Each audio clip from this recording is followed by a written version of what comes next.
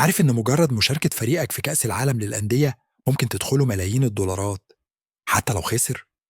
النهاردة هقول لك مكاسب الأندية من كأس العالم للأندية 2025 والأرقام هتخضك.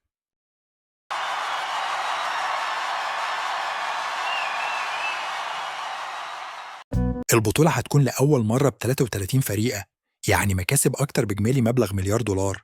كل نادي يحصل على مبلغ ثابت بس لمشاركته. فرق أوروبا حوالي من 12 إلى 38 مليون دولار حسب القيمة الرياضية والتجارية. أمريكا الجنوبية 15 مليون دولار.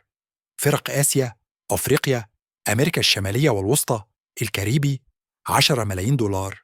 بالنسبة إلى المكافآت حسب النتائج، فوز في مرحلة المجموعات زيادة مليون دولار تعادل مليون دولار، الوصول إلى دور الست عشر 7 ملايين دولار، الوصول إلى ربع النهائي 13 مليون دولار، الوصول إلى نصف النهائي 21 مليون دولار، الوصول للنهائي زيادة 30 مليون دولار، في حالة الفوز بالبطولة زيادة 40 مليون دولار.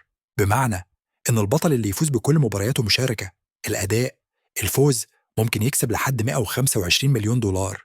دي المكاسب اللي حصلت عليها بعض الفرق.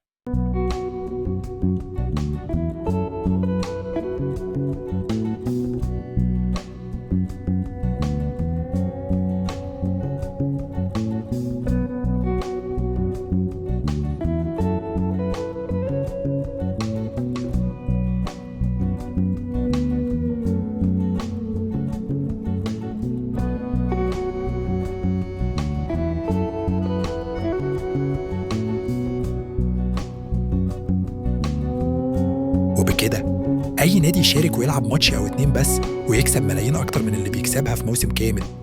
تابع صفوة المعلومات لمزيد من الحقائق والمعلومات المفيدة والغريبة.